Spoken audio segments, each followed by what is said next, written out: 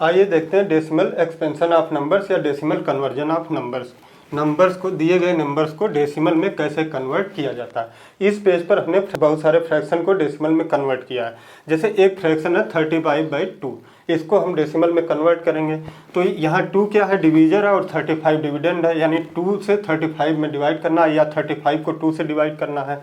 तो ये 3 2 से बड़ा है, 2 1 जा 2, यहाँ रिमाइंडर बचेगा 1 और ये 5 यहाँ आ जाएगा। उसके बाद 2 7 जा 14, फिर 1 रिमाइंडर बचा, बट ये रिमाइंडर अब इस डिवीजर से छोटा हो गया तो हम लोग क्या करेंगे, यहाँ पॉइंट बढ़ा लेंगे और यहाँ 0 आ जाएगा। तो 2 5 जा 10 और रिमाइंडर बचा 0, यानी कि जब 35 को 2 से डिवाइड किया तो कोसेंट आया 17.5।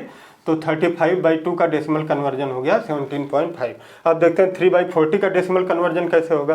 तो 3/40 का डेसिमल कन्वर्जन करने के लिए ये 3 को 40 से डिवाइड करेंगे। तो जब 3 को 40 से डिवाइड करने जाएंगे तो 3 ऑलरेडी 40 से छोटा है, तो यहाँ पे पॉइंट लेंगे, डेसिमल लेंगे, तो यहाँ एक 0 आ जाएगा। लेकिन 30 होने के बाद भी ये 40 से छोटा है तो यहाँ एक 0 और ले लेंगे, तो यहाँ एक 0 आ जाएगा, तो ये 300 हो जाएगा। अब 14 7 जा 280, रिमाइंडर बचेगा 20 और ये पॉइंट ऑलरेडी रखा हुआ है तो यहाँ हम लोग 0 ला सकते हैं। तो ये हो गया 200, 14 5 जा 200 और रिमाइंडर बचा 0, यानी 3/40 का डेसिमल कन्वर्जन हो गया 0.075। 14/25 का इसी तरीके से डेसिमल कन्वर्जन हम लोग करेंगे तो आएगा 0.56, और 1/8 का डेसिमल कन्वर्जन इसी प्रिंसिपल पर करेंगे तो आएगा 0.125। अब अगले स्टेप में हम लोग देखेंगे 2/3 का डेसिमल कन्वर्जन। तो 2/3 का डेसिमल कन्वर्जन करने का मतलब है कि 2 में 3 से डिवाइड करना। तो ये 2 है, इसको 3 से डिवाइड करना है, तो 2 3 से छोटा है तो यहाँ डेसिमल ले लिया, यहाँ 0 आ गया। 3 6 जा 18, रिमाइंडर बचेगा 2, यहाँ 0 आ गया। फिर 3 6 जा 18, फिर रिमाइंडर बचा 2, फिर यहाँ 0 आ गया। फिर 3 6 जा 18, फिर रिमाइंडर बचा 2, यानी कि ऐसे ही हम लोग करते जाएंगे तो रिमाइंडर 2 2 आता जाएगा और यहाँ पे कोसेंट में 6 6 6 बढ़ता जाएगा। यानी 3 का डेसिमल एक्सपेंशन चाहे जितनी देर तक हम लोग करें ये कहीं भी खत्म नहीं होगा। तो इसको हम लोग लिख सकते हैं 2/3 = 0.6666। अब देखते हैं 11/6 का डेसिमल एक्सपेंशन कैसे होगा। तो 11 में 6 का डिवीजन करना, तो ये हो गया 11, यहाँ 6 6 का डिवीजन, तो 6 1 जा 6, रिमाइंडर बचेगा 5। अब यहाँ पे पॉइंट ले लिया तो यहाँ आ गया 0। अब ये 50 हो गया तो 6 8 जा 48, रिमाइंडर बचा 2, फिर एक 0 आ गया है यहाँ पे, तो 6 3 जा 18, फिर यहाँ पे 2 रिमाइंडर बचा, एक 0 आ गया, 6 3 जा 18, फिर 2 रिमाइंडर बचेगा, फिर 0 आएगा, 6 3 जा 18, यानी ऐसे ही 3 3 3 यहाँ पे आता जाएगा। तो 11/6 का डेसिमल एक्सपेंशन हो गया 1.8333। फिर 34/7 का, यहाँ पर देखिए 34/7 का डेसिमल एक्सपेंशन किया गया, यानी 34 में 7 का डिवीजन। तो 7 4 जा 28 और रिमाइंडर बचेगा 6, और यहाँ पे पॉइंट ले लेंगे तो यहाँ एक 0 आ जाएगा। अब 7 8 जा 56, रिमाइंडर बचेगा 4 और पॉइंट ऑलरेडी लगा हुआ तो यहाँ एक 0 ले सकते हैं हम लोग, तो ये 40 हो गया। फिर 7 5 जा 35, रिमाइंडर बचा 5, फिर यहाँ एक 0 हो गया। 7 7 जा 49, फिर रिमाइंडर 1 बचा और यहाँ पे एक 0 हमने ले लिया। फिर 7 1 जा 7, यहाँ पे रिमाइंडर बचा 3, फिर एक 0 ले लिया। फिर 7 4 जा 28, फिर यहाँ रिमाइंडर बचा 2, यहाँ एक 0 ले लीजिए। 7 2 जा 14, यहाँ रिमाइंडर बचा 6, यहाँ एक 0 ले लिया। उसके बाद 7 8 जा 56 और यहाँ पे रिमाइंडर बचा 4, यहाँ एक 0 ले लिया। 7 5 जा 35, फिर रिमाइंडर बचा 5, यहाँ एक 0 ले लिया। 7 7 जा 49, यहाँ रिमाइंडर 1 बचा, फिर एक 0 ले लिया। 7 1 जा 7, रिमाइंडर 3 बचा, फिर 0 ले लिया। 7 4 जा 28, फिर रिमाइंडर 2 बचा, एक 0 ले लिया। 7 2 जा 14, फिर रिमाइंडर 6 बचा, फिर यहाँ 0 ले लेंगे। 7 8 जा 56, यानी हम लोग यहाँ पे अगर इसका डेसिमल एक्सपेंशन में देखें तो 4.857142, फिर 857142, इसका मतलब आगे फिर आएगा 857142, 857142। तो 34/7 का डेसिमल एक्सपेंशन हो गया 4.857142, 857142 या 857142, ऐसे ही ये आता जाएगा, इसका कहीं एंड नहीं होगा, यानी रिमाइंडर कभी भी 0 नहीं होगा। इन तीनों केसेज में हम लोग देख रहे हैं कि डेसिमल एक्सपेंशन करने पर रिमाइंडर कभी भी 0 नहीं हो रहा। एक एग्जांपल और देखते हैं 9/55, यानी 9 में 55 का डिवीजन करना है। तो ये हो गया 9 और ये हो गया 55। तो ये 9 जो है 55 से छोटा है तो यहाँ पॉइंट ले लिया, यहाँ एक 0 आ जाएगा, 90 हो जाएगा। 55 1 जा 55, अब यहाँ जब सब्ट्रैक्ट करेंगे तो आएगा 35, उसके बाद पॉइंट लगा हुआ है तो 0 यहाँ पे हम लोग बढ़ा सकते हैं। तो फिर 55 6 जा 330 और यहाँ पे रिमाइंडर आएगा 20, एक जीरो हम लोग बढ़ा सकते हैं, फिर 55 3 जा 165, फिर रिमाइंडर 35 आएगा, फिर यहाँ एक जीरो बढ़ा सकते हैं, 55 6 जा 330 हो जाएगा, फिर रिमाइंडर 20 आएगा, एक जीरो बढ़ा सकते हैं, फिर 55 3 जा 165, फिर रिमाइंडर 35 आएगा, अभी फिर रिमाइंडर 35 आया, जीरो बढ़ाएंगे, फिर 55 6 जा जाएगा, फिर रिमाइंडर 20 आएगा, फिर 200 हो जाएगा, 55 3 जा जाएगा, यानी ऐसे 6363 ये आता जाएगा। तो 9/55 का डेसिमल एक्सपेंशन हो जाएगा 0.163636363, ये हो गया 9/55 का डेसिमल एक्सपेंशन। तो हम लोग ये चारों केसेस जो देखे हैं, यहाँ पर हमने देखा कि डेसिमल एक्सपेंशन करने पर रिमाइंडर कभी जीरो नहीं हो रहा। तो ऐसे केसेज या ऐसे नंबर्स जिनका डेसिमल एक्सपेंशन करने पर कुछ स्टेप्स के बाद रिमाइंडर जीरो हो जाए, उन डेसिमल एक्सपेंशन को हम लोग कहते हैं terminating decimal expansion. Terminating decimal expansion यानी कि ये और ये चार केसेज जो हैं ये टर्मिनेटिंग डेसिमल एक्सपेंशन के हैं, क्योंकि इनमें कुछ स्टेप्स के बाद रिमाइंडर जीरो आ जाता है। लेकिन ये बात के जो चारों केसेज हैं इनमें कभी भी रिमाइंडर जीरो नहीं आएगा, लेकिन डिजिट्स रिपीट होने लग रहे हैं। जहाँ जैसे यहाँ पे 6 रिपीट होने लगा, यहाँ पे 3 रिपीट होने लगा, यहाँ पे 8 5 7 1 4 2, ये 6 डिजिट रिपीट होने लगे बार बार, यहाँ पर 6 3 6 3 बार बार रिपीट होने लगा। तो इनको हम लोग बोलते हैं नॉन टर्मिनेटिंग, मतलब इनका डेसिमल एक्सपेंशन करने पर कभी भी रिमाइंडर जीरो नहीं आएगा। तो ये हो गए नॉन टर्मिनेटिंग और रिपीटिंग, क्योंकि इसमें डिजिट्स बाद में रिपीट होने लग रहे हैं। तो non terminating repeating decimal expansion या non terminating recurring decimal expansion. अब हम लोग इन सारे केसेज में जो इनके डिनोमिनेटर्स हैं इनको ऑब्जर्व करेंगे।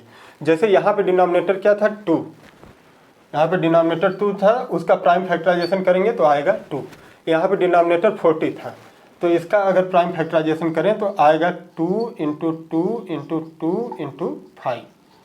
यहाँ पे डिनोमिनेटर 25 था, अब इसका हम लोग प्राइम फैक्टराइजेशन करें तो आएगा 5 × 5।